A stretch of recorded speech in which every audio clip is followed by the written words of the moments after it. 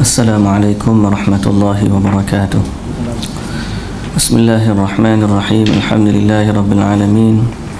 Wassalatu wassalamu ala asyrafil anbiya'i wal mursalin, nabiyina Muhammadin wa ala alihi wa sahbihi ajma'in. Rabbi syrah li sadri wa yassir li amri wa hlul 'uqdatan min lisani yafqahu qawli, amma ba'du. Alhamdulillah, kita bersyukur kepada Allah Subhanahu wa taala di atas limpahan rahmat dan anugerah yang Allah kurniakan kepada kita. Semoga Allah Subhanahu wa taala memandu dan memimpin kita dengan apa yang Allah suka dan apa yang Allah redha. Dan semoga Allah Azza wa Jalla menyelamatkan kita dari gangguan iblis dan juga sekutu-sekutunya. Selawat serta salam ke atas Nabi Muhammad sallallahu alaihi wasallam, para ahli keluarga baginda, para pengikutnya, para sahabat utamanya dan para pengikutnya sampailah hari kiamat. Dan insya-Allah pada pagi ini kita akan sambung bacaan kita dalam kitab Talbisu Iblis, itulah tipu daya iblis. Tujuannya untuk mengelak diri dari terjebak dalam tipu daya. Dan kita berdoa kepada Allah Subhanahu wa taala agar menyelamatkan kita. Tidak ada yang boleh menyelamatkan kita dari tipu daya iblis melainkan Allah. Sebab tu bila kita baca Quran, fa idza qara'tal Qur'ana fasta'idz billahi minasyaitonir rajim.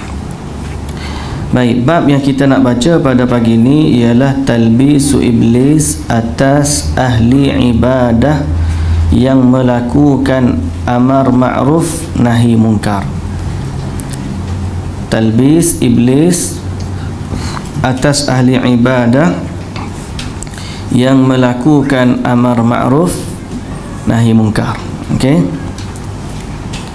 Jadi kita dah baca sebelum daripada ni tentang talbis iblis terhadap ahli ibadah. Baik, boleh jumpa kah? Muka surat 193 kalau cetakan ni. Cetakan yang satu lagi tu tak perasan. Nah, kalau cetakan yang ni 193 gambar bunga ros. Gambar satu lagi tu kuku cakar burung. Tu muka surat apa?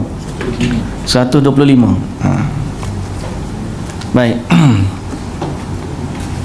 Boleh kita start baca Baik, talbis iblis atas ahli ibadah yang melakukan amar ma'ruf nahi munkar. Mereka ini terbahagi menjadi dua kelompok, kelompok berilmu dan kelompok jahil. Adapun masuknya iblis kepada orang berilmu melalui dua jalan. Melalui dua jalan. Jalan yang pertama menganggap baik perbuatan itu yang dilakukan demi mencari nama baik dan membanggakan amalannya kepada orang lain. Yakni dia mencari jalan menganggap amalan itu baik sebab dia ada ilmu, untuk menjustifikasikan apa yang dia buat sesuai dengan ilmu dia. Walhal natijah dia tidak beramal. Contoh, dinukilkan kepada kami dari Ahmad bin Abul Hawari, dia menceritakan, aku mendengar Abu Salman berkata, aku mendengar Abu Bakar Ja'far Al-Mansur menangis dalam khutbah Jumaat, sehingga aku pun marah serta berniat untuk berdiri dan menasihatinya, kerana aku tahu bagaimana sikapnya manakala tidak sedang di atas mimbar. Bila dia duduk atas mimbar, khutbahnya sampai menangis.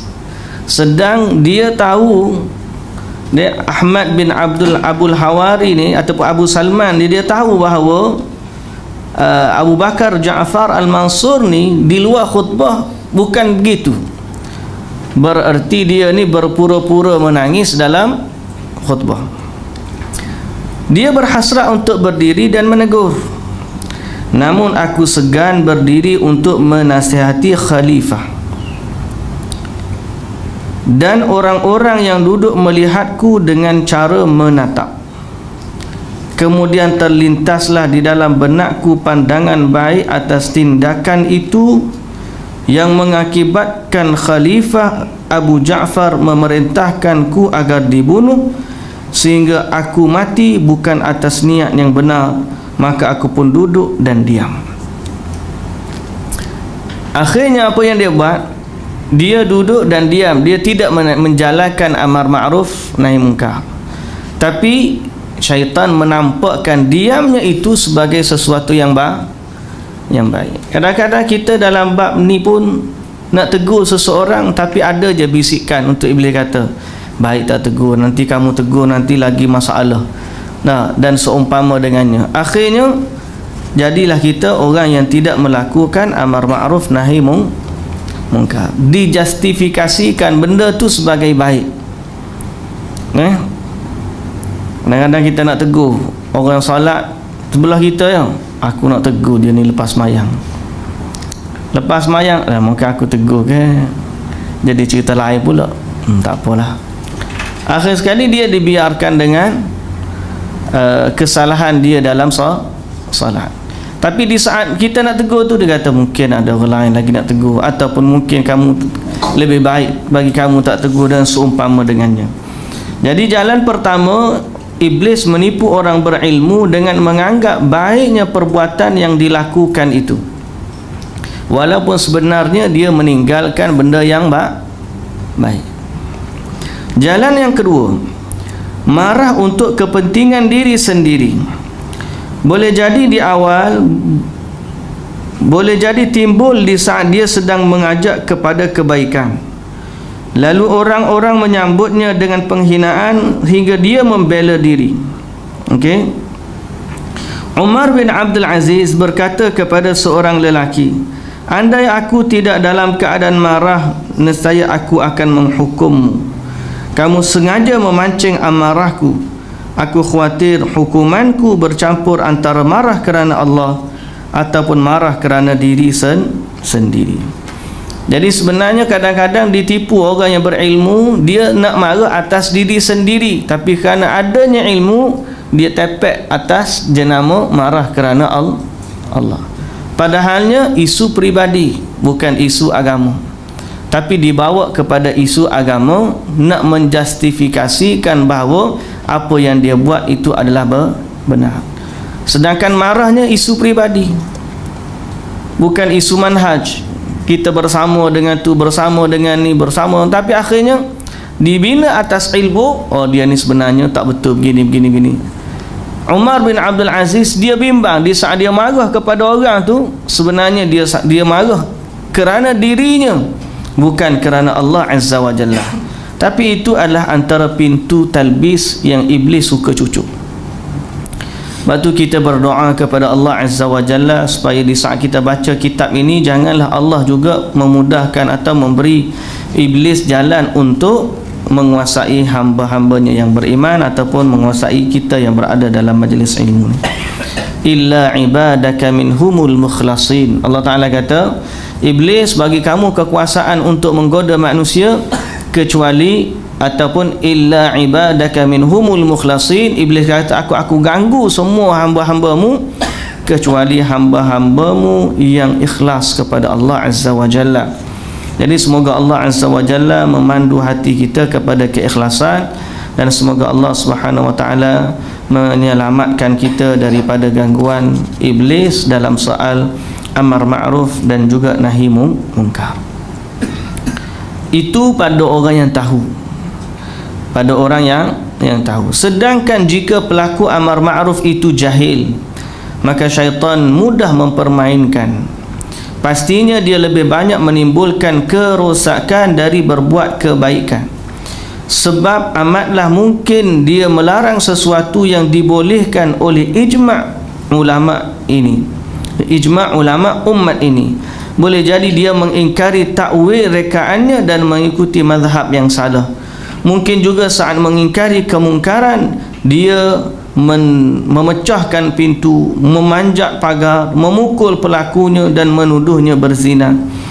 Bila para pelaku kemungkaran itu mendebatnya dengan kata-kata yang sulit untuk dia tanggapi, kemudian dia malah marah, berarti kemarahan itu untuk kepentingan diri sendiri. Termasuk talbis iblis kepada pengingkar kemungkaran, iaitu seseorang yang baru saja mengingkari kemungkaran duduk di satu perkumpulan lalu mengkhabarkan apa yang dilakukannya itu, lantas membangga-banggakannya, mencaci maki pelaku kemungkaran dengan cacian yang penuh dengan kebencian dan melaknat mereka. Jadi ini talbis iblis yang baru. Orang jahil, satu, dia boleh mengingkari sesuatu yang sebenarnya ijma' ulama suruh buat. Kadang-kadang orang mengingkari benda yang sunnah, ditipu. Iblis menipu dia. Dia menganggap mengingkarinya adalah mengingkari benda mungkar, sedangkan yang dia ingkar adalah benda sunnah. Semalam saya duk cerita tentang macam mana sebahagian daripada masyarakat yang mengingkari, bila kita zikir secara perlahan, dia ingkar apa-apa ni. Padahal yang dia ingkar itu adalah sunnah Rasulullah sallallahu alaihi wasallam.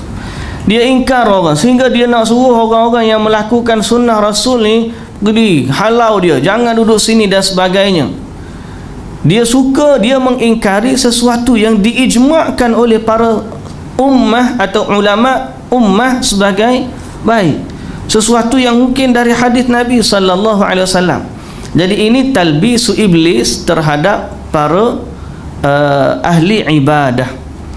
Ahli ibadah, orang yang ada rajin buat ibadat tapi tak ada ilmu, sehingga bila dia mengingkari sesuatu, dia mengingkari sesuatu yang baik kerana dia mempertahankan sesuatu yang tidak baik. Yang tu termasuk dari talbis. Sebab tu bila kita nak mengingkari sesuatu, kita kena clear apa benda yang kita ingkar, dari sudut ilmunya macam mana, ataupun benda ni boleh diingkari dan boleh juga tidak diingkari, atau ada khilaf di kalangan para ulama. Sebab apa? Sebab dibimbangi terjebak ke dalam talbisu iblis. Berhati-hatilah. Kadang-kadang benda yang kita tak tahu, rujuk dulu, tanya macam mana gini-gini, akhirnya baru tahu.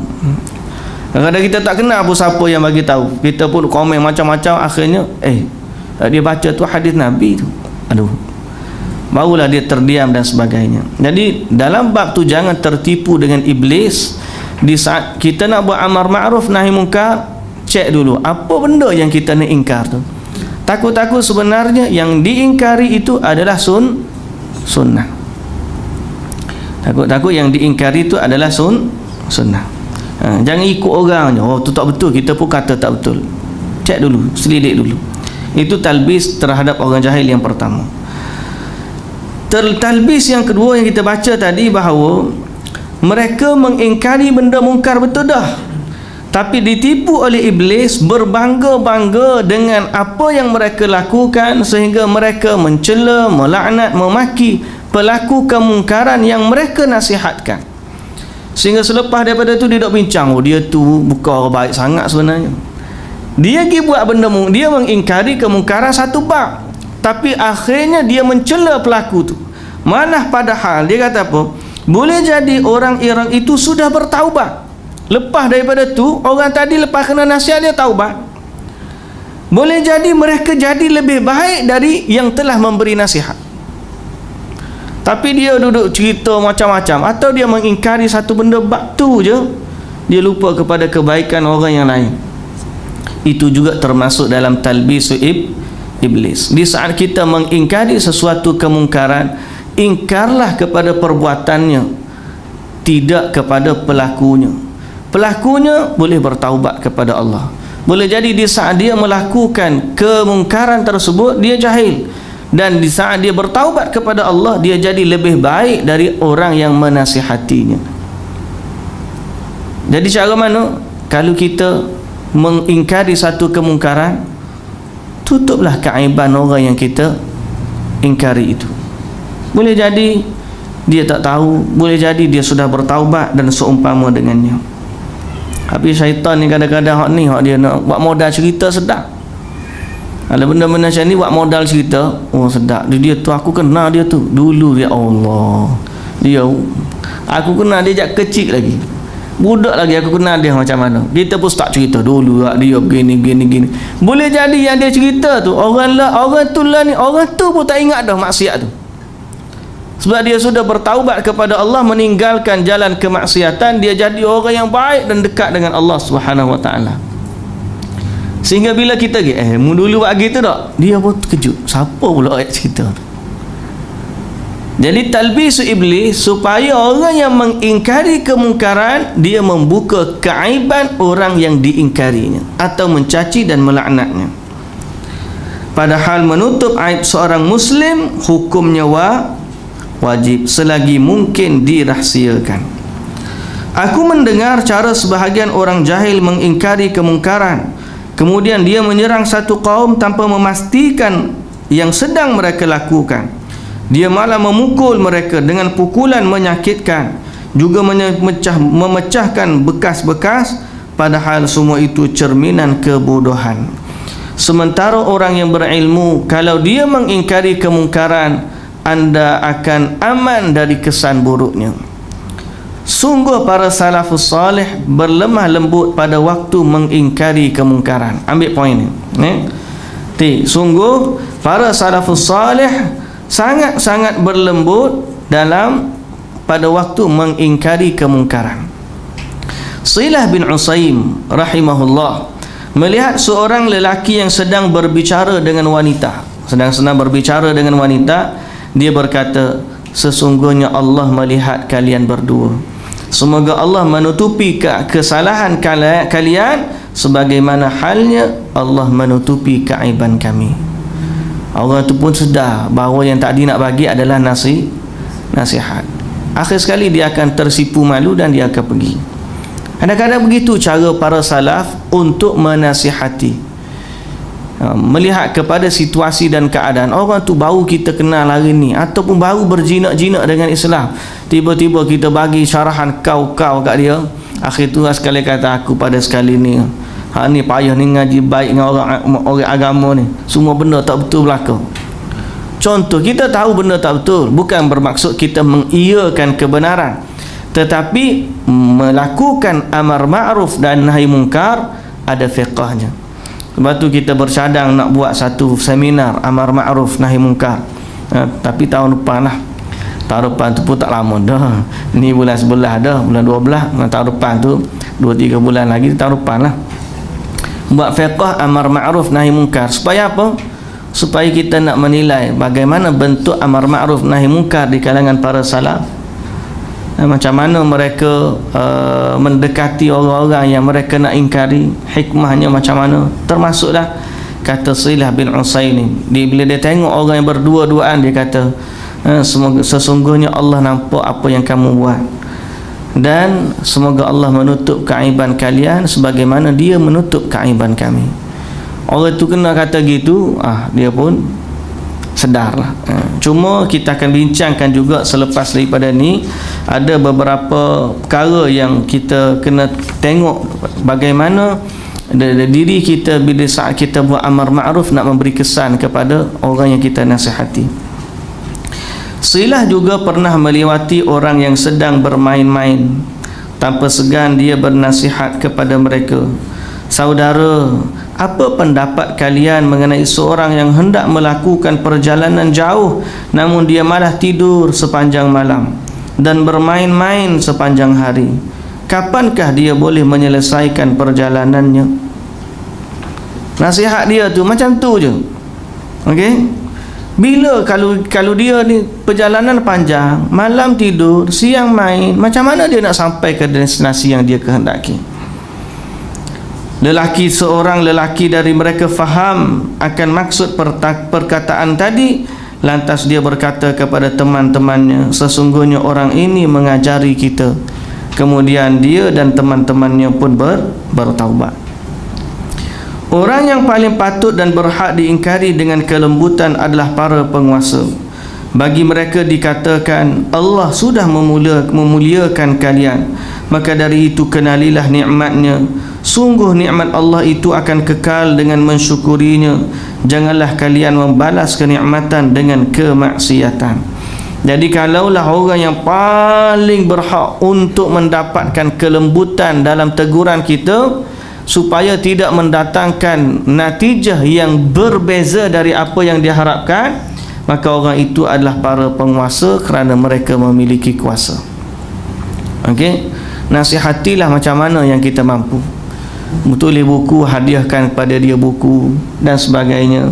Ataupun kalau kita tak mampu menasihati dengan cara yang baik, maka angkat tangan berdoalah kepada Allah Subhanahu wa taala. Setiap orang ada kemampuan dia sendiri. Kalau kita baca sirah atau sejarah Al-Izz bin Abdissalam yang digelar sebagai Sultanul Ulama, dia ni sampai di Mesir, pengikut dia ramai sehingga kalau dia keluar daripada Mesir, maka rakyat akan keluar dengan dia. Sehingga pada masa tu dia ada buat satu fatwa. Bila Al-Izz bin Abdul Salam, dia berasal daripada Damsyik.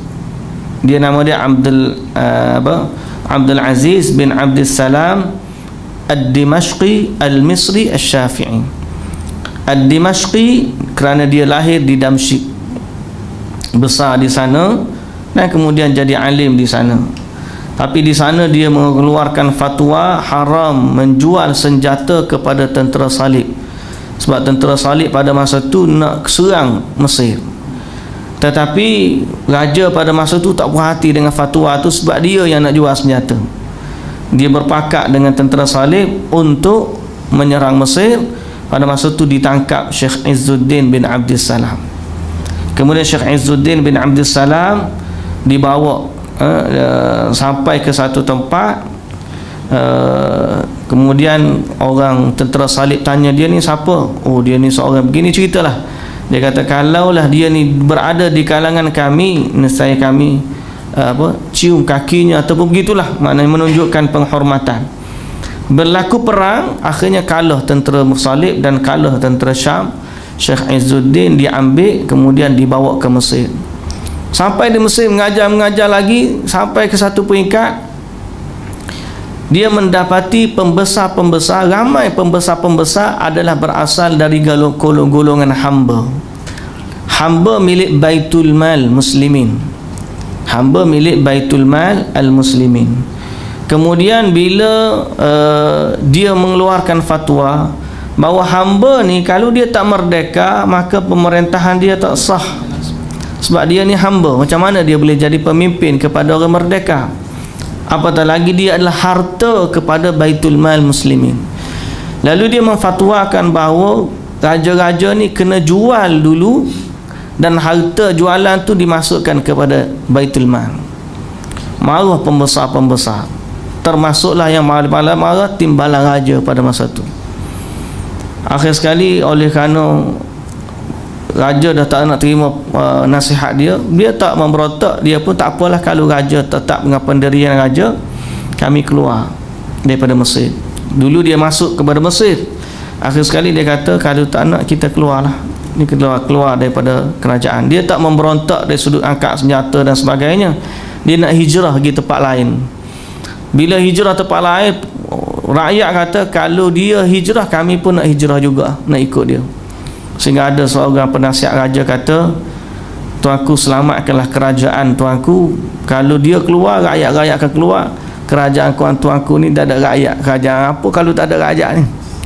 Ya. Dia pun raja gingadak Izzuddin bin Abdissalam, sehingga akhirnya dia meletakkan syarat-syarat yang dipersetujui. Kemudian dia balik semula ke Mesir. Mana nasihat dengan cara kebaikan? Siapa orang yang paling berhak adalah raja. Tu kalau dia mampu. Kalau dia tak mampu, nasihatilah dengan yang paling kemampuan dia. Tak mampu lagi, berdoalah kepada Allah Azza wa Jalla, sebab itulah yang paling kita mampu, dan bermunajat kepada Allah lah yang paling benar. Adapun bab-bab lain mungkin kita ada perselisihan pendapat padanya, cuma kita berlapang dada lah. Jangan sebab amar ma'ruf nahi mungkar ni kita menjadikan isu dia sebagai isu pribadi sebagaimana yang kita dah sebutkan tadi. Ala kulli hal, berdoa kepada Allah, kembali kepada Allah Subhanahu wa taala, dan menasihati dengan kebaikan adalah hak setiap orang muslim. Setiap orang muslim. Iblis berhasil mentalbis beberapa ahli ibadah sehingga dia jelas-jelas melihat kemungkaran namun tidak mampu mengingkarinya. Dia berdalih yang pantas memerintah kepada yang ma'ruf dan melarang dari yang mungkar itu hanyalah orang baik. Ini talbis yang seterusnya. Talbis yang seterusnya ialah talbis di mana seorang yang nak mengingkari kemungkaran diperlihatkan oleh iblis, kamu pun tak berapa baik mana, jadi tak payah nak tegur-tegur nasihat orang je lah. Kalau diri sendiri belum baik, tak payah nak nasihat orang, baiki diri sendiri itu dulu. Orang yang kata gitu, satu, dalam dirinya dia ada kesombongan dengan ibadat, ada dengan maksiatnya. Kalau orang tu tegur, kalau benar teguran dia, tak kira siapa lah. Kebenaran itu bukan melihat kepada orang yang bawa dia semata-mata, tapi kebenaran adalah apa yang dibawa itu sumbernya dari mana.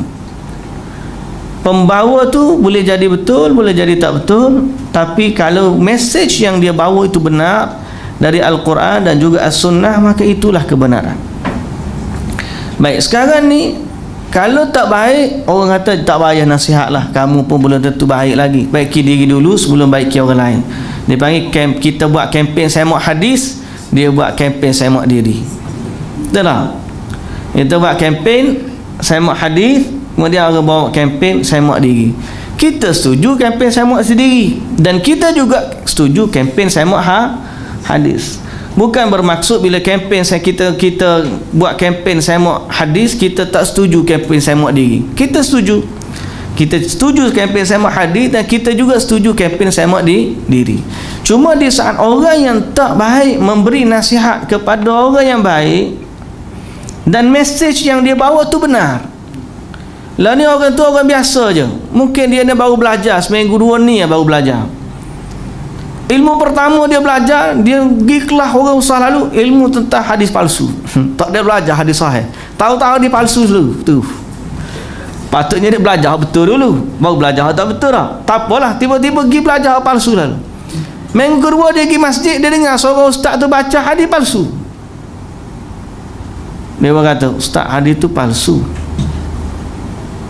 Dia kata, baru 2 hari belajar mana tegur ustaz dah. Contoh, tidak berkaitan dengan hidup yang dalamnya mati. Nah, bila dia kata mengingkari kebenaran, walaupun kita mesti menerima kebenaran walaupun orang tu orang baru, mesejnya dia ada hujah di saat mengingkari. Cuma kembali kepada hikmah, mau'izah hasanah dan seumpama dengannya. Ada buat semak diri dulu sebelum semak. Masalahnya kita pun tengah semak diri, bukan kita kata tak semak diri, cuma kebetulan bab ni kita tahu bahawa yang dia tegur, yang dia baca ni adalah hadis palsu, maka tegurlah. Sikap tersebut sungguh keliru. Semestinya dia berani memerintahkan kepada yang ma'ruf dan mencegah dari yang mungkar meskipun masih berbuat maksiat. Ni kalau orang yang faham, dia tengok orang aku ni tak baik mana, tapi kalau aku tengok orang nak ajak agama Islam, aku pun sangat nak join juga. Cuma jangan sampai dia berhenti memperbaiki dirinya. Bila dah terjun ke dalam dunia amal ma'ruf nahi mungkar, dia kata aku ni yang suruh, dia larang.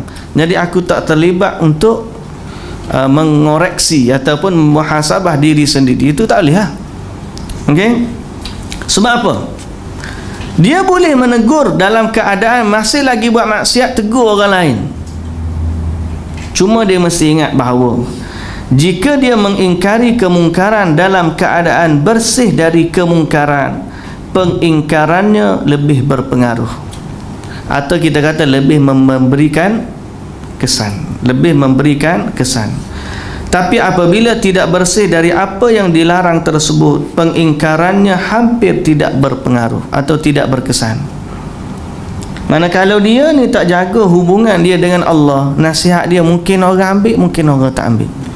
Tapi kalau dia ni dekat dengan Allah Azza wa Jalla, maka dia kata tu mungkin dia tak tegur banyak pun, dia kata sepatah je. Ada kata, ustaz, Allah dia ni orang tegur orang lain, tegur orang banyak dah. Tiba-tiba ada seorang jadi dengan ustaz tu kata, padahal tak kata apa pun, Dia jadi dengar. Pasal apa? Boleh jadi ada keberkatan disebabkan apabila seorang itu memberi nasihat dalam keadaan dia meninggalkan maksiat, maka nasihat itu lebih berpengaruh. Berpengaruh. Itu ada kelebihan lah. Dan kita nak nasihat kita didengari ke tidak?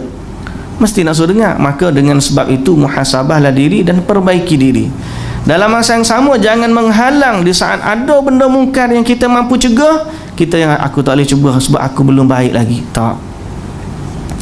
Tak timbul masalah aku belum baik sehingga aku tak boleh tegur orang yang berbuat maksiat. Sebab boleh jadi yang maksiat dia buat tu adalah maksiat yang jelas, mengingkari ataupun menyalahi lunas-lunas syariat.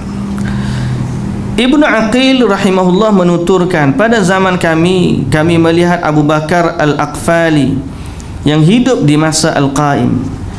Tatkala mengingkari kemungkaran, dia diikuti oleh para syaikh yang hanya makan dari jerih payah sendiri, seperti Abu Bakar Al-Khabbaz, dan beberapa ulama yang tidak pernah makan sedekah dan tidak ternoda jiwanya kerana menerima satu pemberian. Mereka tekun berpuasa pada siang hari, ahli ibadah pada malam hari, juga hamba yang mudah menangis. Jika ada orang yang mencampur adukkan kebaikan dengan keburukan, nescaya dia menolak hal itu. Dia berkata, jika kita bertemu dengan musuh dengan membawa kepasukan yang masih mencampurkan kebaikan dengan keburukan, pastilah kita akan kalah dari mereka. Jadi ada yang memang begitu. Mana nilai tambah dalam amar ma'ruf nahi mungkar ialah diri sendiri itu meninggalkan kemungkaran dan senantiasa berbuat ma'ruf. Terutama lebih-lebih lagi kalau kita ni duduk dalam bab ruqyah. Dalam bab ruqyah, kalau dia interaksi dengan Quran tu bagus, bila dia buat ruqyah orang, maka ruqyah tu insya-Allah memberi kesan kepada orang yang sedang dia ruqyah. Tapi kalau dia ni orang yang memang tak bagus, tak ada apa pun, boleh jadi hubungan dia dengan Quran, diri sendiri pun tak ada manfaat pada Quran, macam mana dia nak memberi kebaikan kepada orang lain? Dalam arti kata lain juga, kita kata tak mustahil kalau Allah nak bagi, walaupun dia ahli maksiat, kalau dia baca ayat Quran itu boleh memberi kebaikan kepada mereka. Tak mustahil. Cuma kesan yang terbaik apa dia? Di saat orang tu dia sendiri jaga diri, meninggalkan maksiat dan melakukan amal taat. Yang ini disebut sebagai barakah. Bagi tadi pun kita isyaratkan tentang barakah. Barakah ni ada barakah pada perkataan, sehingga bila kita tegur dengan keberkatan itu, Masya Allah, ramai orang yang dapat kebaikan darinya. Padahal kita tegur tu mungkin tak seberapa. Ada orang jumpa, kata, ustaz saya ingat lagi dulu ustaz kata gini. Ya ke? Ustaz pernah kan kata lagu tu? Kita pun tak ingat. Tapi di saat Allah nak mengubah seseorang, perkataan yang mungkin kita pun tak perasan, dengannya Allah mengubah seseorang. Boleh jadi sebab apa? Al-barakah. Yang ni kita nak cari. Mana kita nak cari? Walau anna ahlal qura amanu wattaqau, walau kalau sekiranya satu penduduk kampung bertakwa, beriman dan bertakwa, wattaqau la fatahna alaihim barakatim minas sama'i wal ard, nescaya kami akan buka bagi mereka keberkatan dari langit dan juga bumi. Sebab barakah ini datang dari Allah Azza wa Jalla. Barakah ini datang dari Allah Azza wa Jalla. Boleh jadi dengan hadiah kita, dia tak semayang, kita bagi telekong salat, dia jadi orang yang baik. Boleh jadi. Boleh jadi dengan kita ajak dia pergi makan, buka puasa, geng-geng buka puasa, dia tu tak puasa, tapi mari aja mah aku belanja makan. Tak apa, hari ni kita ada majlis buka puasa, mau makan walau tak puasa. Bila tengok seronok juga dia puasa lagu ni, dia pun mula berjinak-jinak untuk puasa sunat. Boleh jadi. Banyak asbab dan uslub. Hatta kalau kita belum lagi orang baik, kita boleh mengajak kepada kebaikan. Cuma jangan sampai kita, niat kita tu, aku ni nak ajak orang buat baik sebab apa? Sebab aku malah buat baik ni. Bila aku ajak orang tu buat baik, aku boleh pahala, aku tak payahlah buat baik. Kalau niat dia lagu tu, tu musibah. Okay? Itu musibah. Takut-takut di atas niat itu dia tidak diberi pahala. Kerana orang yang ikhlas kepada Allah Azza wa Jalla pastinya tidak begitu. Baik, bab yang ke-9. Talbis iblis terhadap orang zuhud dan ahli ibadah. Mungkin orang awam pernah mendengar celaan atas nikmat dunia, baik dalam Al-Quran ataupun hadis. Lalu mereka menilai bahawa jalan selamat adalah dengan meninggalkan dunia. Penilaian tersebut keliru. Penilaian tersebut keliru. Apa dia keliru? Meninggalkan dunia. Sebab dunia seperti apa yang tercela itu tidak mereka fahami.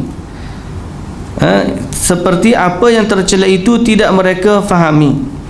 Sehingga iblis mentalbis mereka dengan berkata, kamu tidak akan selamat di akhirat kecuali dengan meninggalkan dunia. Jadi datang iblis kata, kamu jangan ambil sesuatu pun daripada dunia ni, sebab dunia ni adalah tercela. Akibatnya orang yang memiliki kefahaman demikian, mesej asalnya baik tapi ditipu oleh iblis. Mesej ni baik. Apa dia? Dunia ni bukanlah tempat tinggal kita. Dunia ni tercela. Mesej ni memang ada dalam agama. Tapi iblis mari tipu macam mana? Dia menipu orang-orang yang zuhud dan ahli ibadah ni. Dia kata apa? Lalu tinggalkanlah dunia, kamu pergilah duduk bertapa di gunung-gunung menyendiri, tinggal lari daripada dunia. Maka dia pun menyendiri di kaki-kaki gunung, duduk bersendirian di dalam rumah, duduk tempat-tempat dia tak campur dengan orang. Maka dia menjauhi salat Jumaat. Orang kita apa dalam gunung bila dia salat Jumaat? Kalau mazhab Syafi'i tak cukup 40 orang. Macam mana? Kalau dia tapa 10 orang, tak boleh lagi salat Jumaat, setakat salat Zuhur je lah. Atau salat berjamaah, kalau dia ni kita apa seorang. Atau menuntut ilmu, duduk sana, siapa dia nak ngajar, dia pun duduk berzikir. Akhirnya yang dia dapat ialah satu, sama ada satu ilham dari Allah, atau yang kedua duduk nampak gambaran-gambaran syaitan. Tapi dia nampak, oh dia kata aku ni sebenarnya jumpa dengan orang soleh. Syaitan boleh je mari dengan rupa orang yang tak baik, dengan rupa orang yang baik. Barsisa tu kena tipu, syaitan mari nyamar jadi orang soleh. Tahu cerita Barsisa? Orang soleh yang akhirnya dia ni hebat amalan dia, kemudian datang iblis menyamar jadi orang buat soleh lebih baik daripada dia. Sehingga dia kata, macam mana kamu boleh buat ibadat begini hebat? Iblis yang nyamar jadi orang soleh tu kata, sebab aku pernah merasakan azabnya maksiat, atau tak manisnya maksiat. Jadi kalau kamu nak rasa manisnya ibadah, kamu kena rasa dulu pahitnya maksiat. Pandai dia tipu. Akhir sekali buat apa? Membunuh orang. Mana boleh bunuh orang ni, dosa besar. Kalau tidak zina pun tak boleh. Paling-paling minum arak lah. Okey, minum arak okey kot dia tu. Dia tak tahu arak tu adalah ibu kepada maksiat. Dia minum arak, dia mabuk, lepas mabuk dia berzina, lepas berzina dia bunuh orang. Habis dia buat belaka disebabkan arak. Akhir sekali dia ditangkap. Kemudian bila ditangkap, syaitan datang kepada dia. Di saat dia nak mati dibunuh, kalau kamu tunduk kepada aku akan tolong kamu keluar daripada tempat ni. Akhirnya dia pun tunduk kepada iblis, dan saat itu dia dibunuh oleh penguasa. Mati dalam keadaan begitu. Pasal apa ni? Orang yang mana mungkin dia ditipu oleh iblis. Kadang-kadang kita takut apa dia? Takut bayangan-bayangan. Kalau duduk seorang ni mulalah mari tu, mari ni, mari tu. Tapi masalahnya di saat bayangan itu dianggap, mungkin dianggap Nabi. Aku Nabi mari. Secara yaqadzah pula tu. Mari nampak gini. Allahu Akbar. Kita pun tak tahulah bab ni macam-macam. Semua saya menakalkan kalam Khattabi kata yaqadzah ni tak berlaku lah. Kalau patut dia berlaku, boleh berlaku, nescaya sudah berlaku pada zaman para sahabat. Tapi kita tak tahu. Dan ayatkan Fatimah radhiyallahu anha pun mati disebabkan kerinduan kepada Nabi sallallahu alaihi wasallam. Kata Imam Al-Khattabi, kalaulah orang yang patut Nabi SAW hadir untuk melawat dia, pastilah anak baginda sendiri Fatimah. Tapi dia meninggal dalam keadaan rindu kepada Nabi, bererti dia tak jumpa Nabi lama, dia rindu sehingga dia meninggal. Jadi Al-Khattabi kata ya qadha tak mungkin berlaku. Wallahu ta'ala alam. Yang kedua, isu orang yang mengaku dia nampak Nabi. Betul ke dia nampak Nabi? Sebab saya kan pernah sebut sebelum daripada ni, ada seorang syekh cerita, Syekh Abdul Razak bin Abdul Muhsin Al-Abbad. Ada seorang lelaki tanya dia cerita dalam satu kuliah dia, seorang lelaki datang jumpa aku, dia tanya, ya Syekh, aku mimpi jumpa Rasulullah. Syekh pun okey. Syekh tanya, tunjukkan, khabarkan kepada aku apa sifat orang yang kamu tengok dalam mimpi tu.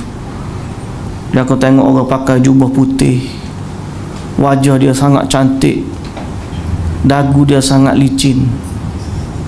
Syekh pun senyum. Bila masa Rasulullah janggut dagu licin ni, bila masa Rasulullah janggut licin ni.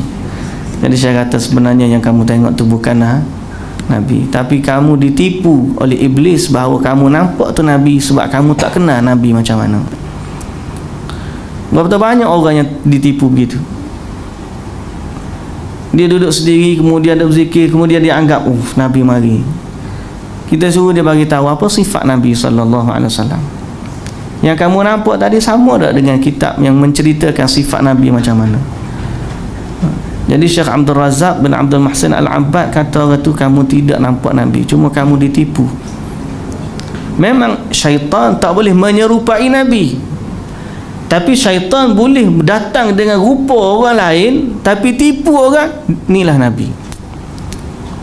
Sehingga dia yang tak kenal Nabi ni, dia kata, wah aku jumpa dah Nabi, padahal yang dia tengok bukan Nabi pun. Bila berlaku gini? Bila dia jahil, bersendirian, dan yang datang membawa kepada dia hanyalah bayangan-bayangan, ilham-ilham, buah fikiran yang tidak bersumberkan kepada Al-Quran dan juga hadis Nabi junjungan. Jadi kena beringat,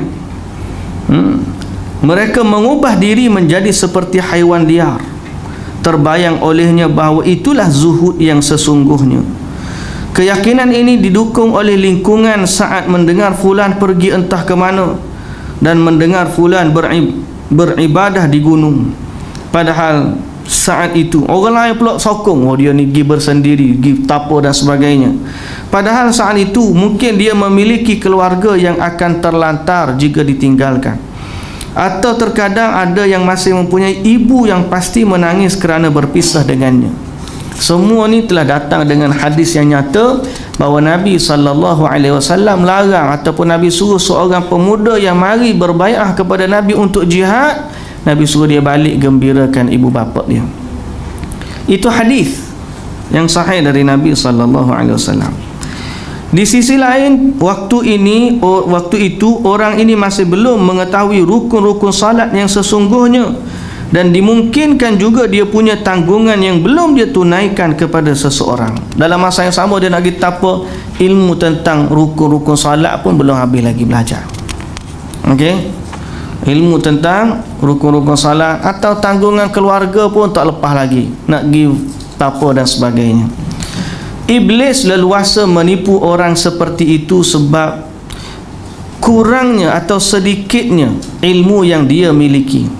Salah satu tanda kebodohannya ialah seorang merasa puas diri dengan ilmu yang dikuasainya. Allahu Akbar. Tuan-tuan, tanda ini. Salah satu kebodohannya ialah orang merasa puas diri dengan ilmu yang dikuasainya. Baru dia belajar, dia rasa aku ni okey dah, tak ada ngaji dengan orang lain. Padahal hak dia baca tu baru khatam kitab kecil dia tu. Kitab ni hak paling betul. Dia dah ibu segala kitab. Siapa baca kitab lain tu tak sapa lagi pada ibu dia. Kitab kecil ni hak nipis ni, hak ni lah ibu segala kitab. Mana kalau baca kitab besar-besar pun tak sapa lagi kepada ibu dia.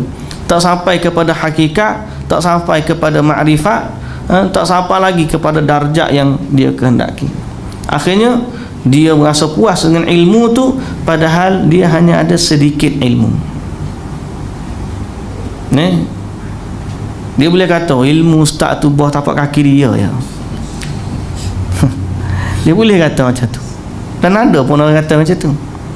Kata ilmu ustaz tu bawah tapak kaki dia je. Padahal dia kalau orang tak jadi imam pun ketah. Baca Fatihah pun mungkin tak betul. Sungguh. Tapi dia berani untuk berkata begitu. Kita kata apa? Dalam bab ni bukanlah nak menunjukkan siapa ataupun siapa, fulan ataupun allan, tapi kita menghindari diri dari kebodohan dan talbisu iblis. Di saat kita tak tahu, kita kata aku tak tahu, dan kita melihat orang yang lebih tahu dengan pandangan yang mulia dan kita menghormatinya. Andai kata dia mau berteman dengan seorang faqih yang memahami berbagai hakikat, tentulah dia menyedari bahawa dunia tidaklah tercela kerana keberadaannya. Jadi kalaulah dia bersahabat dengan orang yang betul faqih, orang yang tahu, nescaya dia tidak akan meninggalkan dunia sebagaimana yang dia faham sebelumnya. Ni ada harta tapi pakai baju koyok, orang bagi nikmat tak nak makan dan sebagainya. Pasal apa? Kerana nama kezuhudan yang dia faham gitu.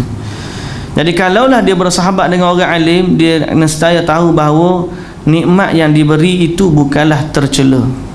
Bagaimana mungkin kurnia Allah yang Allah anugerahkan dikatakan sebagai sesuatu yang tercela, padahal semua itu merupakan faktor terpenting bagi keberlangsungan hidup manusia dan sarana yang dapat membantu mereka untuk meraih ilmu serta beribadah kepadanya, seperti makan, minum, pakaian dan masjid untuk tempat salat. Datang pula dengan cerita apa tu, Abdul Rahman bin Auf masuk syurga last sekali, merangkak pasal apa? Harta dia terlalu banyak nak kena kira. Padahal Abdul Rahman bin Auf salah seorang daripada sahabat Nabi yang dijamin syurga, yang dijamin syurga oleh Allah Subhanahu wa taala. Sahabat yang mulia tu boleh dia kata masuk syurga sangat dengan merangkak. Boleh jadi dengan harta yang dia ada, orang ni lebih dekat kepada Allah Azza wa Jalla dari mereka yang tidak berharta. Bukan semua orang kaya ni orang yang jauh daripada Allah. Ada orang dengan kekayaan dia lebih dekat dengan Allah Azza wa Jalla. Bukankah sedekah ni termasuk amalan yang baik, yang gandaannya sangat besar? Mathalul ladzina yunfiquna amwalahum fi sabilillahi kamathali habbatin ambatat sab'a sanabil fi kulli sumbulatin mi'atu habbah. 700 kali gandaan yang tidak disebutkan terhadap amalan-amalan lain. Macam ni salat di Masjidil Haram 100,000 lah, salat di Masjid Nabawi 1,000. Amalan-amalan lain, kalau selawat ke atas Nabi, Allah selawat ke atasnya 10 kali. Al-hasanatu bi'ashri amthaliha.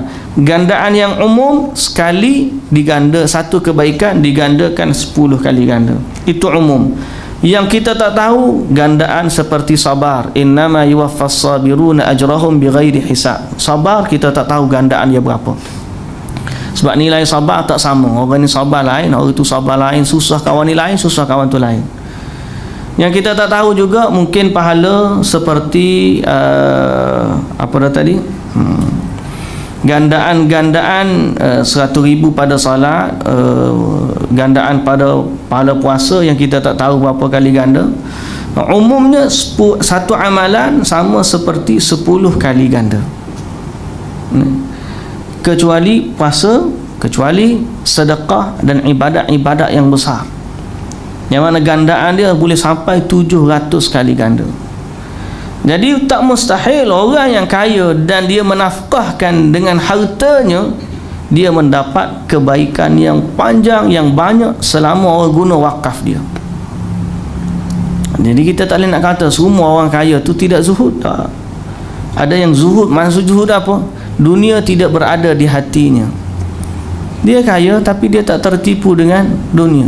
Orang tertipu dengan dunia ni tak nanti kaya. Kadang-kadang orang miskin pun tertipu dengan dunia.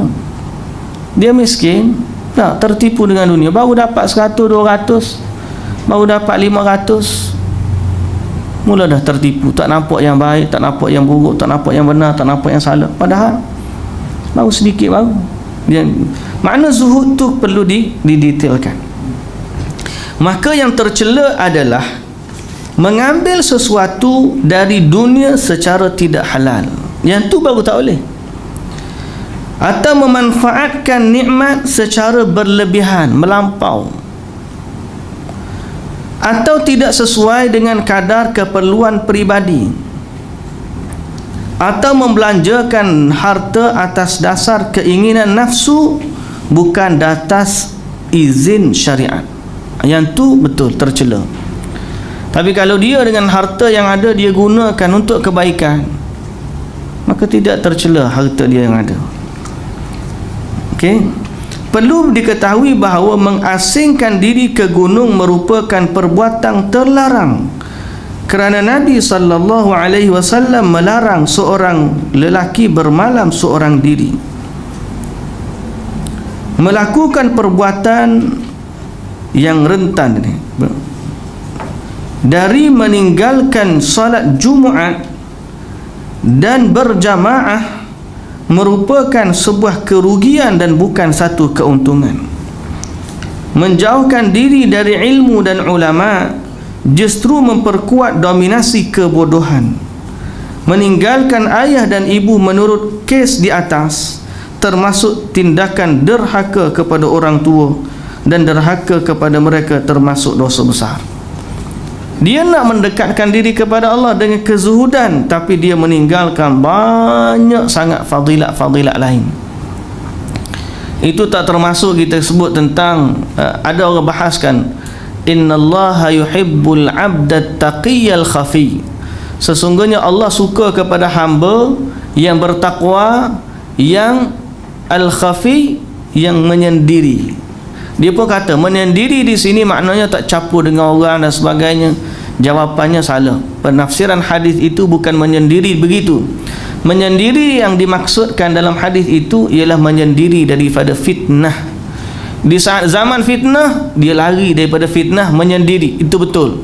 Tapi kalau dalam keadaan makmur, masyarakat tu ada majlis ilmu, ada majlis ada salat Jumaat, ada salat berjamaah, boleh ziarah orang sakit, boleh sedekah kepada orang miskin, boleh ziarah anak yatim dan sebagainya, maka di saat itu tidak wajar bagi dia untuk menyendiri. Kalau dia hidup di zaman fitnah, di luar ni orang tak tutup aurat kalau pergi, orang jahat ni mata kata, keluar je rumah, keluar muzik, dudang. Tapi lah ni dalam rumah pun bunyi juga. Dia kata aku tak boleh pergi luar pasal bunyi. Dalam pun lagi kuat bunyi daripada luar. Di saat ada timbul fitnah di luar, lalu dia menyendiri tak keluar. Naam, Allah suka kepada yang menyendiri, lari dari fitnah. Tapi dia jangan lari daripada kefarduan salat berjamaah, salat Jumaat, ziarah orang sakit, majlis ilmu, menghubungkan silaturahim, buat baik kepada ibu bapa, tolong orang susah, tolong orang berhajat, memudahkan kerja orang, buat baik kepada jiran-jiran, bercucuk tanam, berkebun, buat baik kepada binatang. Banyak sangat fadilat-fadilat dalam agama ni yang berkaitan dengan berhubungan dengan orang sekeliling. Tapi kadang-kadang gitulah iblis menipu. Janganlah orang-orang ni jahat belaka ni, memang duduk kampung, duduk seorang, duduk dalam gua, jangan campur dengan orang. Maka itu talbis. Talbis. Cuma kita kena tengok sudut mana kebaikan yang kita boleh ambil. Okey. Tertaik khabar yang menyebutkan bahawasanya terdapat orang-orang mukmin yang mengasingkan diri ke gunung, amat mungkin itu terjadi dalam keadaan tidak mempunyai tanggungan keluarga, sudah tidak memiliki ayah dan ibu, atau sehingga mereka biasa pergi ke satu tempat dan sama-sama beribadah di sana, ataupun yang keadaannya tidak demikian kemudian mengasingkan diri ke gunung, maka dia berbuat kekeliruan, ia tidak benar siapa pun diri mereka. Seorang salaf mengatakan, kami mengasingkan diri ke gunung untuk beribadah, namun Sufyan Ats-Tsauri pun mendatangi kami dan memulangkan kami, yakni suruh kami balik. Sufyan Ats-Tsauri bila dia tahu ada orang pergi duduk beribadah di gunung, dia pergi, dia panggil kawan tu balik. Okey. Cuma zaman ni kalau kita panggil balik, kita balik. Itu terpulang, tepuk dada tanya, tanya iman. Ada setengah-setengah tu pergi dengan kumpulan-kumpulan, duduk dalam hutan dan sebagainya. Memang ada pun, ada lagi, bukan tak ada, ada.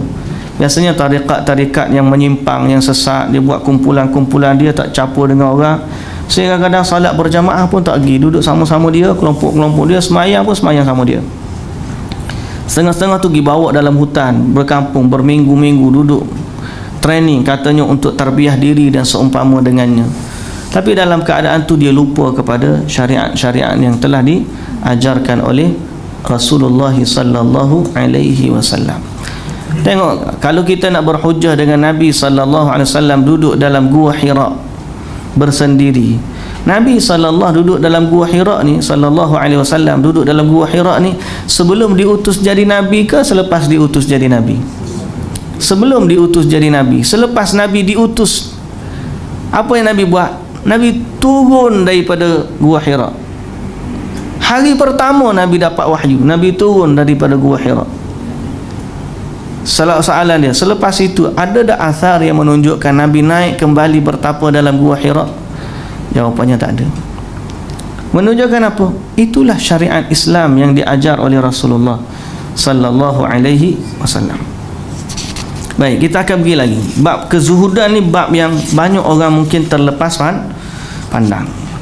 Salah satu talbis iblis atas orang-orang zuhud adalah memalingkan mereka dari jalan ilmu dengan berdalih sibuk merealisasikan kezuhudan. Zuhud dalam ibadah, zuhud dari dunia, sehingga mereka tidak menuntut ilmu.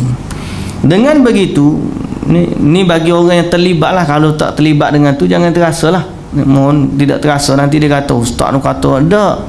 Mana ada orang begitu, dia zuhud tapi meninggalkan jalan ilmu, sehingga bila dia buat, kita tengok dari sudut amal ibadah dia mempromosikan kezuhudan, tapi dalam sudut amal ibadah, ya Allah, dia masih lagi jauh daripada petunjuk Rasulullah sallallahu alaihi wasallam dari sudut beribadah. Tapi soal pakaiannya, soal perkataannya, soal akhlaknya, zuhudnya, Masya Allah.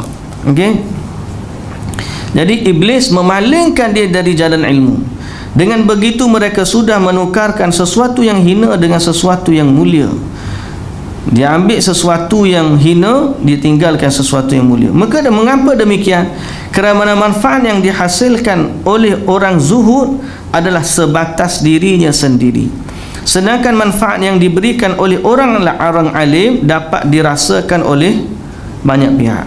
Kalau kita setakat zuhud, kebaikan zuhud tu hanya untuk diri sendiri. Tapi kalau sibuk dengan ilmu, maka dia akan mendapat kebaikan bukan sekadar dia, sampai orang lain. Pagi tadi kita cerita riwayat hidup Imam Muslim bin Hajjaj. Imam Muslim bin Hajjaj lahir di Naisabur. Naisabur ni satu tempat dekat Khurasan. Sekarang ni duduk dekat kawasan belah-belah Khurasan mana lah ni? Dekat dengan belah-belah dalam Parsi, belah Uzbekistan, Khurasan. Sekarang kita masuk Iran dekat. Kemudian apa? Imam Muslim dia meninggal pada tahun berapa?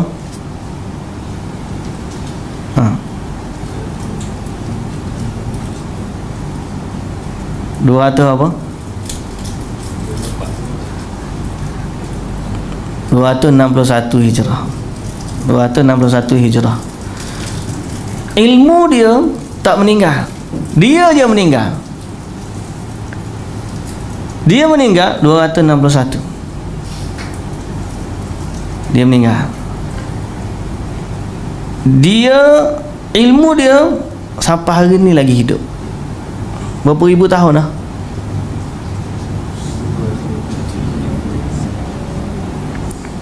$1,200 tahun. Dan still counting. Masih lagi berjalan. Ilmu dia, orang dah baca hadis riwayat Imam Bukhari dan Muslim. Bahawa banyak fadilat orang yang duduk dalam ilmu. Imam An-Nawawi rahmatullahi alaihi, umur dia 44 tahun je waktu dia meninggal, tapi ilmu dia sampai hari ni lagi orang dah baca. Mereka adalah orang yang zuhud, Masya Allah, tetapi mereka tidak meninggalkan ilmu. ada penulisan kitab, ada majlis ilmu dan sebagainya. Jadi mereka tahu bahawa kebaikan atau manfaat orang alim boleh dirasakan oleh banyak pihak. Sebab tu kita ni duduk menceburkan diri dalam ilmu lebih baik daripada kita duduk dalam kezuhudan yang tidak menekankan ilmu. Sekadar setakat kalau dia ni dengan memperbaiki pakaian dia, memperbaiki cara dia berjalan, qadar tu untuk memperbaiki diri dia sendiri, itu baguslah. Tapi jangan sampai dia meninggalkan ilmu. Betapa banyak orang alim yang berhasil mengembalikan ahli ibadah yang tersesat ke jalan yang benar. Talbis iblis lainnya terhadap mereka adalah membuat mereka yakin bahawa zuhud itu meninggalkan sebagai segala hal yang mubah. Jadi kadang-kadang iblis mari kata zuhud ni apa? Meninggalkan segala yang mubah. Dari kerana itu mereka hanya makan roti gandum, sebahagiannya tak merasakan buah-buahan, selainnya menyedikitkan portion makanan sehingga tubuhnya kurus kering, atau menyiksa diri dengan pakaian kulit yang kasar, atau tidak mahu minum air yang bersuhu dingin. Air sejuk tak saya minum. Semua itu bukanlah ajaran Rasulullah sallallahu alaihi wasallam. Bukan pula ajaran para sahabat dan tabi'in. Mereka ini menahan lapar hanya ketika tidak ada makanan, adapun apabila memiliki makanan mereka pun makan. Itu sifat Nabi. Nabi dan para sahabat ni bukan meninggalkan makan. Dia makan apa yang ada. Itu sunnah Rasul. Makan apa yang ada, itulah sunnah Rasul. Kalau tak ada makan, tak merungut. Kalau ada makan, makan. Bila balik ke rumah, Nabi tanya, ada makanan hari ni? Tak ada. Idzan asum. Kalau begitu aku puasa. Itu sunnah. Bukanlah makanan sunnah tu yang dicampur adukkan macam-macam, kurma, delima, gotu, gani, lepas tu dijenamakan makanan sunnah. Padahal Nabi pun tak makan macam kita makan tu. Sunnah kat mana? Nabi makan apa yang ada. Nabi makan apa yang ada. Nabi SAW makan daging dan menyukainya. Makan ayam, menyukai yang manis dan menyegarkan diri dengan air dingin. Mari pula hak mari air dingin, Nabi suka manis-manis, sejuk-sejuk, dia berkata Nabi suka makan ais krim. Pernah dengar? Tak pernah dengar? Oh. Ada orang kata Nabi ni dia suka yang manis-manis, lepas tu suka yang sejuk-sejuk. Jadi pada saya manis-manis, sejuk-sejuk ni ais krim lah. Jadi ais krim, kalau kena makanan sunnah ais krim betul. Tapi tidak begitulah tuan-tuan. Jangan bawa satu dalil kepada apa yang kita faham untuk menyenangkan hawa nafsu yang ada pada kita. Nabi SAW makan apa yang ada. Nabi suka kalau ada kurma, makan kurma. Kalau ada daging, bahagian mana ada, makan. Nabi makan daging-daging yang elok, daging paha, Nabi makan. Daging-daging yang sedap, Nabi makan. Satu hari seorang lelaki berkata, aku tidak makan khabish, sebab tidak mampu mensyukurinya. Ini sejenis makanan, iaitulah manisan yang terbuat dari kurma kering dan juga minyak samin. Minyak samin, kalau di Madinah kita panggil haisah. Satu kurma ataupun tepung digandung dengan kurma, kemudian dicampur dengan minyak samin, gaul-gaul, sedap, dia jadi macam kuih lah. Jadi ada orang kata aku tak nak makan ni sebab aku tak mampu syukur kalau aku makan yang ni. Oh, orang zuhud kan bahasa dia gitu. Kata Imam Hasanul Basri, dia orang yang bodoh bila berkata begitu. Apakah dia mampu mensyukuri nikmat air sejuk? Kalau dia kata begitu, nikmat air sejuk pun dia tak mampu syukuri, lepas tu tak payah minum air sejuk lah. Tapi tak, kalau kita kata aku ni tak mampu bersyukur atas nikmat yang ada, nescaya kita tak mampu nak makan apa saja yang ada atas dunia ni. Tapi sebab Allah merahmati kita, kita mensyukuri Allah dengan apa yang kita mampu. Ambil apa yang Allah bagi, kemudian gunakan dia kepada ketaatan kepada Allah Azza wa Jalla. Allah bagi duit lebih, ada duit lebih, bagi sedekah kepada fakir miskin, orang berhajat dan sebagainya. Ada makanan, makan. Cuma jangan membazir. Kulu washrabu wala tusrifu. Sufyan Ats-Tsauri selalu berpergian lalu membawa daging panggang dan falu zaj ni. Setiap orang harus tahu bahawa jiwanya tidak ubah seperti haiwan tunggangan. Yang ini pun poin yang penting kita ambil sebagai kaedah. Setiap orang harus tahu bahawa jiwanya tidak ubah seperti haiwan tunggangan. Jiwa ni seperti haiwan tunggangan. Haiwan tunggangan mesti diperlakukan dengan lemah lembut agar dapat menghantarkan ke tempat tujuan. Ambillah benda yang bermanfaat bagi jiwa, tapi tinggalkan perkara yang akan menyakitinya. Ambil yang dia rasa nak makan, tapi tinggalkan yang memudaratkannya, seperti terlalu kenyang.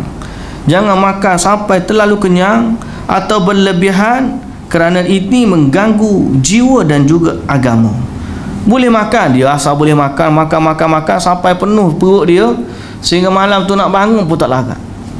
Yang tu tak boleh lah. Yang tu bertentangan dengan sifat yang diajar oleh Nabi SAW. Selanjutnya perlu difahami bahawa setiap orang mempunyai watak dan kebiasaan yang berbeza-beza, tidak sama.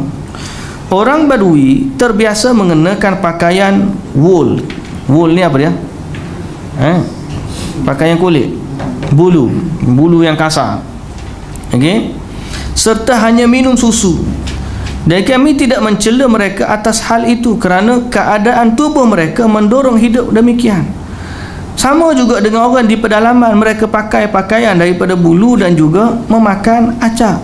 Kami tidak mencela. Namun apabila seorang terbiasa hidup okey dah, tiba-tiba dia menyeksa dirinya dengan meninggalkan semua yang ada tu, pergi pilih pakai patu hak baru, bawa cantik-cantik ni dia buang belaka, maka itu bukanlah sifat zuhud yang dibawa ataupun diperintahkan oleh agama.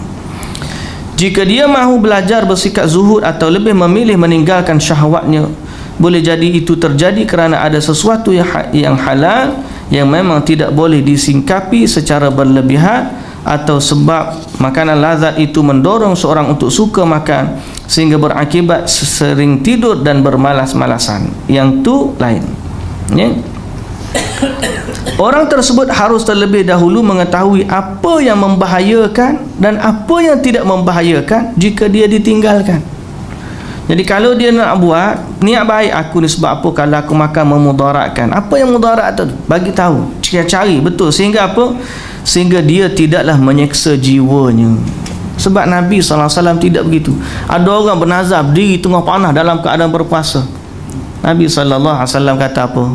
Suruh dia pergi berteduh, suruh dia duduk dan sempurnakan puasa dia. Nabi melarang untuk menyeksa diri. Bila Nabi SAW masuk dalam masjid, tengok ada tali yang tergantung, ni milik siapa ni? Milik Zainab. Nah, Nabi SAW, Zainab siapa? Sehingga Nabi kata, mah alaikum ma tutikun, berhenti buat macam ni, kamu buatlah apa yang kamu mampu. Kalau kamu rasa mengantuk, tidurlah. Kalau kamu rasa kuat, bangunlah salat. Itu yang dikatakan atau yang diisyaratkan, diajar oleh Nabi kita Muhammad sallallahu alaihi wasallam.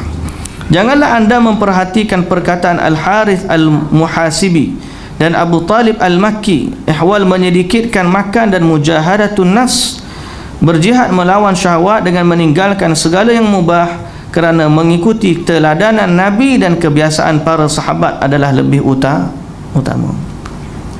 Para sahabat keutamaan lebih utama untuk kita ikut. Baik. Ibnu Aqil berkata, alangkah anehnya keadaan kalian dalam beragama, iaitu antara mengikuti hawa nafsu atau mengada-ngadakan amal kerahiban, antara bersenang-senang dan bermain-main atau mengabaikan kewajipan pribadi, menelantarkan keluarga dan mendekam di sudut masjid. Mengapa kalian tidak beribadah sesuai dengan akal dan syariat?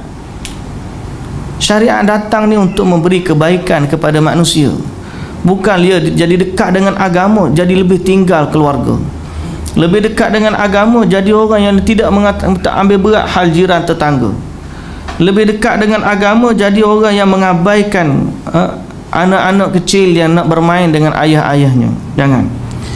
Talbis iblis berikutnya terhadap orang zuhud adalah membuat mereka meyakini hakikat zuhud merupa merasa cukup dengan makanan dan pakaian sederhana sahaja.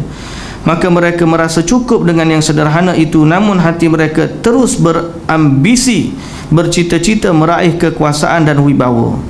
Sehingga oleh kerana dia duk tahan diri daripada kesenangan ni, hati dia duk tengok nikmat pada orang lain, ada cita-cita nak dapat. Kalau betul bagi pada hal dia nak, kemudian kamu terus beribadah. Ni tak, dia ni menahan diri, tapi dalam masa yang sama hati tu duk bercita-cita. Pernah tak rasa gitu? Sama. Nah, kita menahan diri tapi dalam keadaan hati duk bercita-cita. Sehingga cita-cita tu menjadikan kita lupa kepada maksud sebenar kenapa kita meninggalkan semua tu.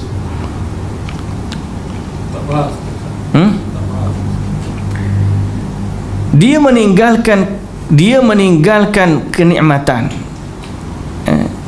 tapi hatinya tidak.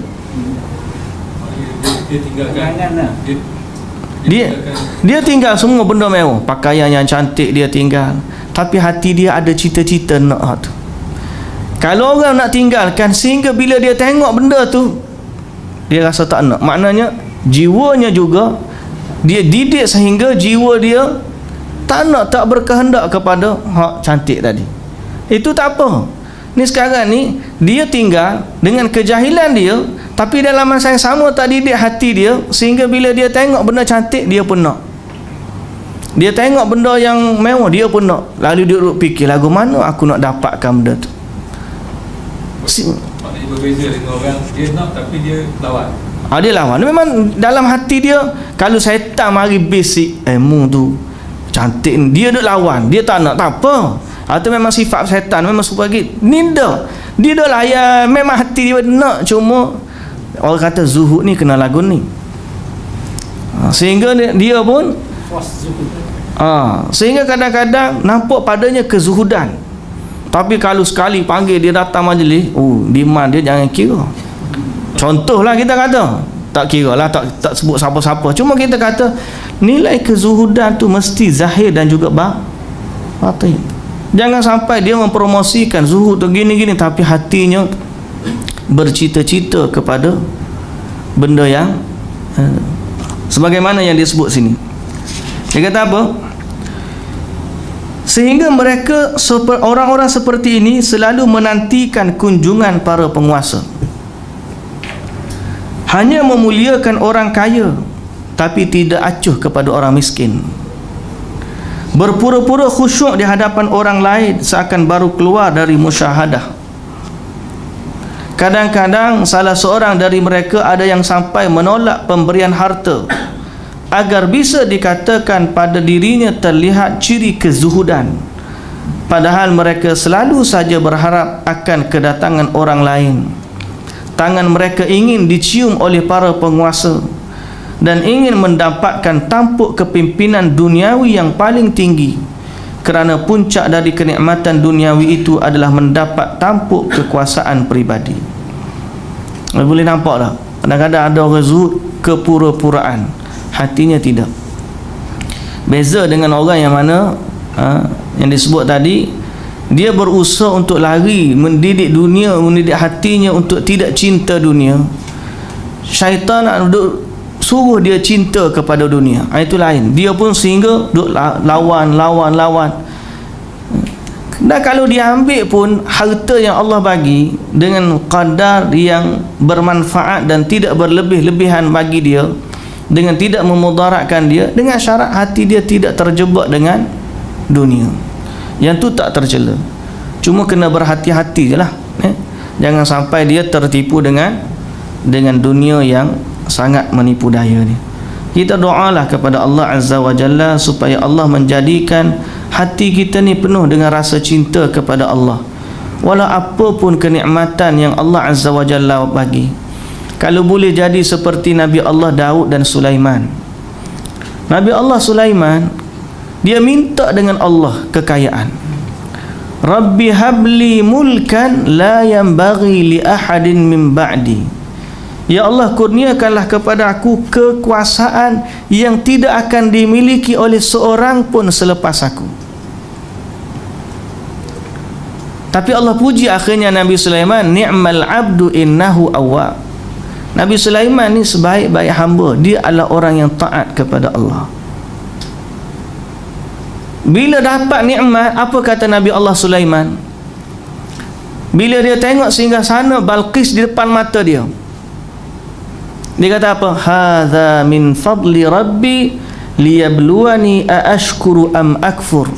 Ini adalah kemuliaan atau kelebihan yang Tuhan aku bagi untuk uji aku sama ada aku syukur ataupun aku kufur.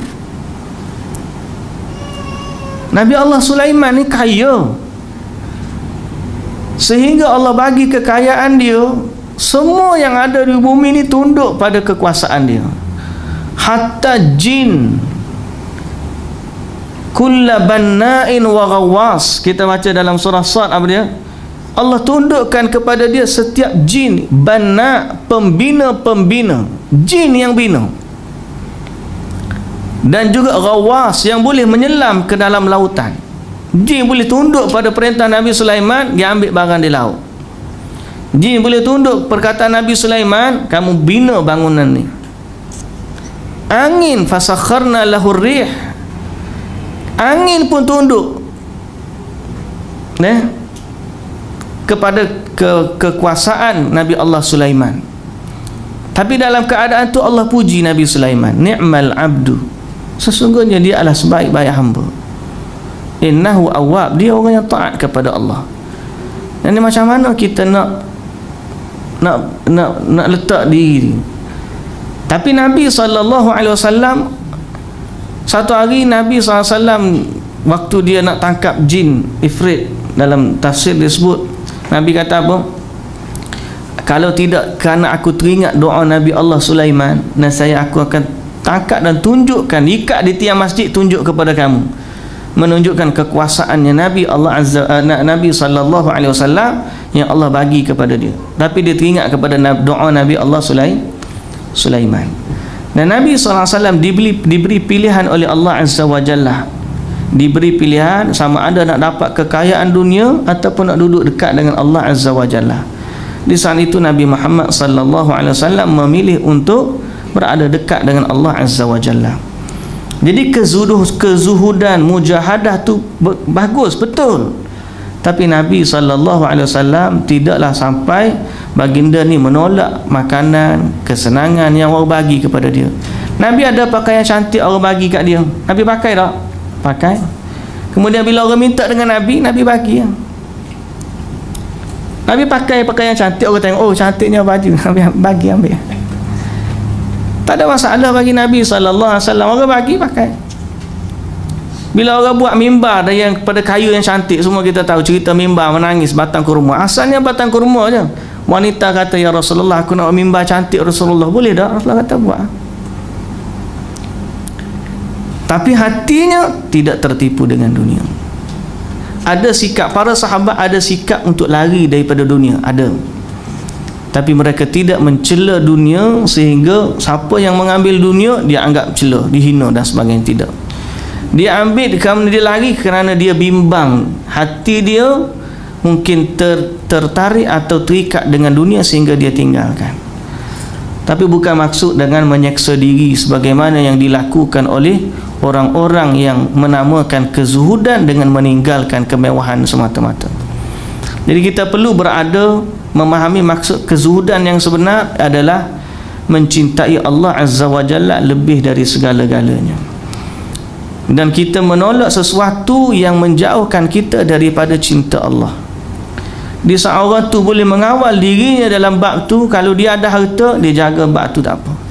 Ni jangan sampai badannya dia tak bagi nikmat-nikmat yang senang, sehingga tapi akhirnya hati dia bila melihat apa yang ada pada orang, duk pandang nikmat-nikmat tersebut, sehingga ada dalam dirinya sifat tamak pula.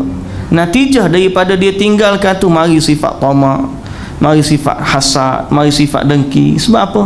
Sebab tu dia kata di situ tadi apa? Setiap orang tahu jiwa ni tak ubah seperti haiwan tunggangan. Macam mana dia ni kena kawal.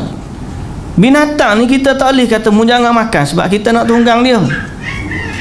Kita juga tak boleh bagi makan yang berlebihan sehingga dia tak mampu bawa kita kepada destinasi yang kita nak. Betul tak? Ada benda yang bila kita ambil memudaratkan, ada benda yang kita ambil dia memberi kebaikan, ambil.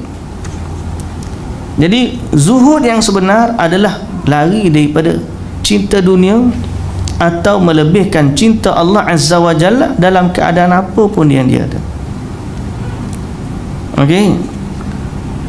Nabi ada pakaian cantik, para sahabat pun ada pakaian cantik. Para sahabat Uthman bin Affan pun orang yang sifat pemalu, semua kita tahu, tapi hartanya juga banyak.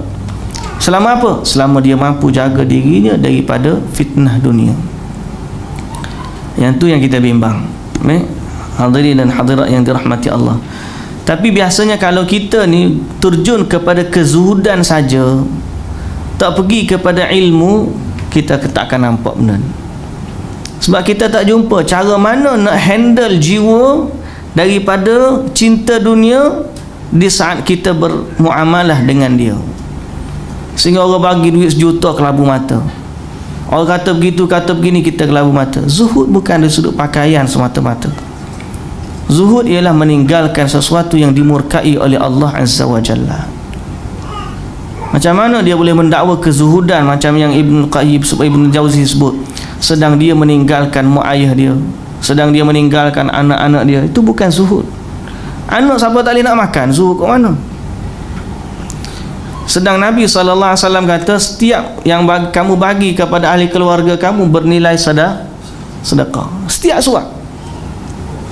Sebab tu orang zuhud dia melihat apa yang lebih utama, yang lebih mendekatkan diri kepada Allah, dan dia hanya tinggal benda-benda yang memberi kemudaratan kepada dia.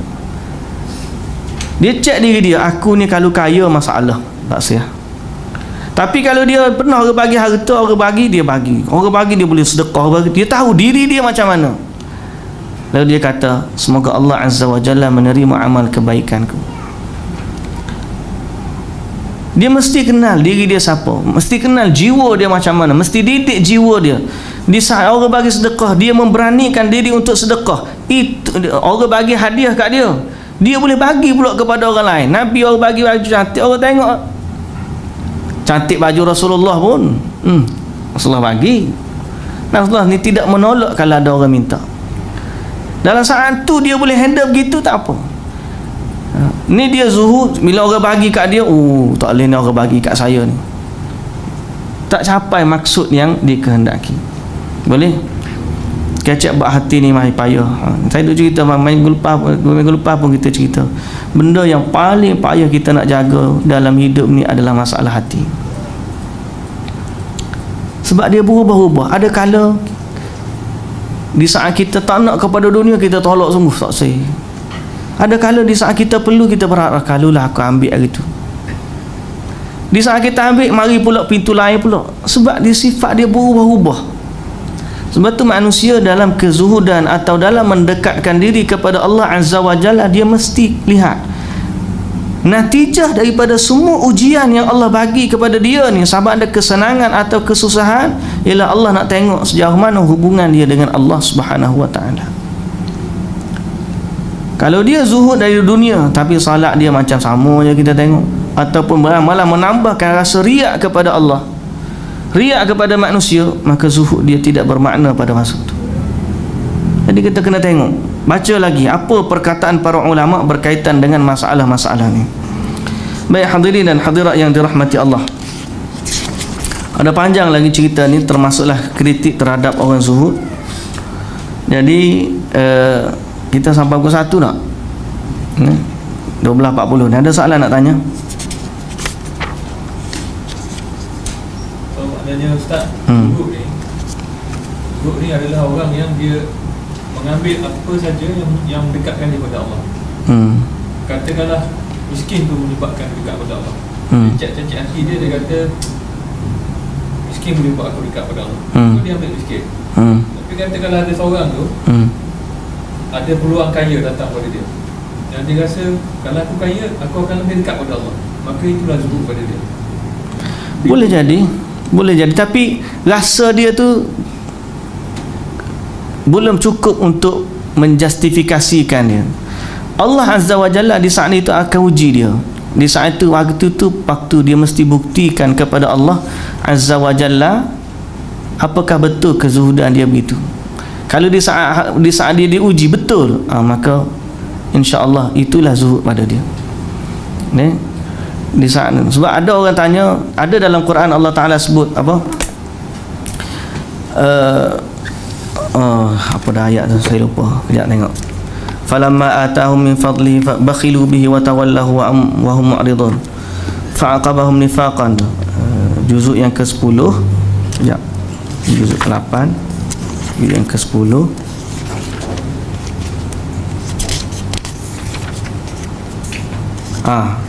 Surah At-Taubah ayat 75.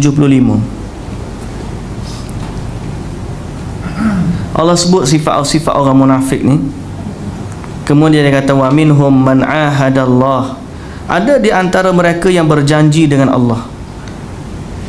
La in atana min fadlihi, kalau Allah bagi kepada kami daripada kelebihan-kelebihannya, lanasaddaqanna, nescaya kami akan bagi sedekah, walanakunanna minas salihin, dan nescaya kami termasuk dari orang-orang soleh.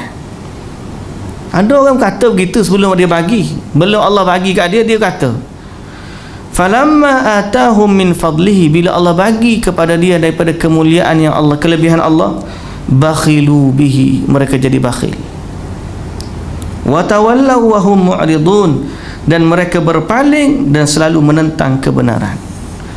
Jadi ada orang begitu, saat sebelum diuji oleh Allah dia boleh kata, saat dia diuji oleh Allah dia rasa ish.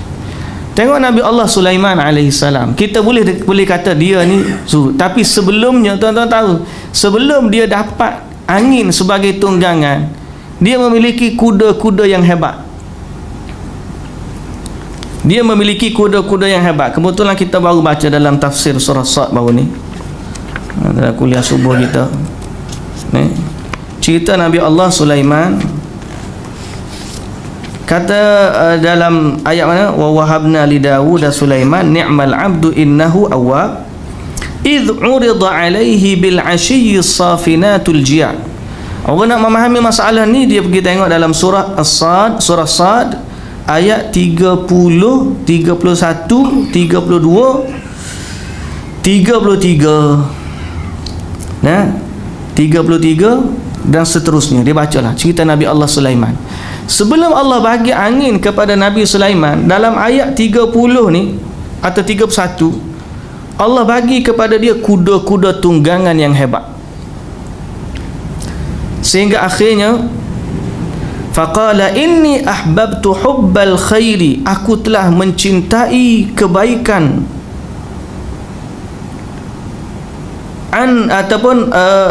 aku telah mencintai kebaikan lebih daripada zikir mengingati Allah. Dia sebab tengok kuda-kuda dia, sehingga kata sampainya dia lupa kepada Allah Azza wa Jalla. Lepas tu hatta tawarat bil hijab, sehingga matahari terbenam. Disebut pada masa tu dia lupa salat sehingga habis waktu, secara tidak sengaja. Tapi kerana apa? Kerana dia asyik ataupun kerana sibuk dengan kuda-kuda dia. Ini ada dalam Quran. Rudduha alai. Kemudian bila dia selepas daripada tu, Nabi Sulaiman kata rudduha alai, bawa semua kuda-kuda tu ke aku. Fatafiqa mashan bisuqi wal a'naq. Lalu dia pun dia kata apa? Dia mengusap kaki-kaki dan leher kuda itu. Ada kata dia mengusap kerana sayang, tapi ada juga yang mentafsirkan sebagai dia menyembelih kuda-kuda tersebut. Sebab apa? Sebab kuda-kuda tadi telah menyebabkan dia lalai daripada Allah. Orang zuhud begitu. Di saat ada ambil, tapi di saat dia lalai kepada Allah, dia tahu yang ni menjauhkan diri daripada Allah, dia tinggal.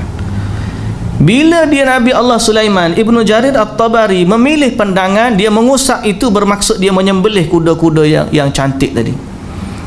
Maka sebagai ganti kerana dia telah telah mendahulukan cinta Allah lebih daripada cinta kuda dia, Allah bagi angin kepada dia sebagai ganti kuda untuk dia pergi ke mana-mana. Jadi Allah bagi sesuatu yang lebih baik bagi dia disebabkan dia telah mengorbankan sesuatu kerana Allah. Jadi di saat itu manusia akan ada proses tu. Di saat Allah bagi kepada dia, sehingga kalau dia rasa benda ni dia, maka dia tinggalkan.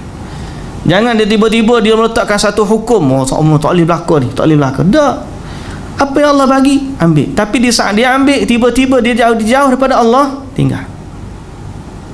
Itulah kisah Nabi Allah Sulaiman yang ada dalam Quran. Jadi kita kena tahu bahawa bukanlah meninggalkan benda yang baik ni semua semata-mata adalah zuhud. Tak. Zuhud adalah meninggalkan sesuatu yang menyebabkan kita jauh dari Allah Azza wa Jalla. Boleh rujuk surah Sad ayat 30. Bacalah cerita Nabi Allah Sulaiman. Nabi Sulaiman ni Allah bagi harta, kekayaan, tapi Allah puji dia, innahu awwab. Dia seorang hamba yang taat. Ni, dia seorang hamba yang taat. Bila dipuji, diberi nikmat, dia kata hadza min fadli rabbi liyabluwani aashkuru am akfur. Ni adalah ujian yang Allah bagi kepada aku, untuk aku ni jadi, untuk dia tahu aku ni sama ada hamba yang syukur ataupun hamba yang kufur. Kita berdoalah kepada Allah Azza wa Jalla, sebab macam saya dah sebut, masalah hati ni masalah yang berat. Kita senantiasa akan diuji oleh Allah Azza wa Jalla. Di saat kita rasa kita tinggalkan dunia, diuji pula dengan, tadilah syaitan mari menampakkan keindahan dunia sehingga ada orang cenderung pula kepadanya. Tiba-tiba pula kita berhajat kepadanya. Waktu kita tak berhajat kepadanya, tak apa, kita tinggalkan. Tiba-tiba kita berhajat kepada dia. Nak sakit dan sebagainya, nak kepada ada duit dan sebagainya. Allah uji kita di situ. Maka Allah ni mana-mana kita pergi pun akan uji. Cuma bila dia bagi sesuatu, kalau semua menyebabkan seorang tu jauh daripada Allah, tinggalkan. Kalau dengan kefakiran dia jadi jauh daripada Allah, maka dia ambillah bekalan-bekalan sedikit untuk kebahagiaan dia. Tapi jangan sampai dia ni lupa kepada Allah. Allah uji kita dengan kesenangan, Allah uji kita dengan kesusahan, Allah uji dengan kita kenikmatan, Allah uji macam-macam. Zuhud bukanlah menolak nikmat Allah, tapi zuhud ialah tahu memilih apa yang mendekatkan diri kita kepada Allah Azza wa Jalla. Dan semoga Allah Azza wa Jalla menjaga kita dan ahli keluarga kita daripada perkara-perkara yang dia murka, dan Allah memberikan kepada kita, menunjukkan kepada kita jalan-jalan yang dia redha. InsyaAllah kita berhenti hari ini pada muka surat 202 pada 11 bulan 11 hari ni. Berhenti pasal banyak kenduri orang pakat nak cari tarikh comel belaka ni. Sebelah hari bulan 11 ni ramai pula orang kahwin. Nak cari juga sebelah hari bulan 11 ni. Tak apalah, macam mana pun kita bila orang jemput kena pergi ya. Hari ni ada kenduri ke? Tak ada. Kalau tak ada tak apa, tinggalkan Allah kena pergi, tu nak kena pergi ya. Wallahu ta'ala alam. Subhanakallahumma wa bihamdika asyhadu an la ilaha illa anta astaghfiruka wa atubu ilaik. Assalamualaikum warahmatullahi wabarakatuh.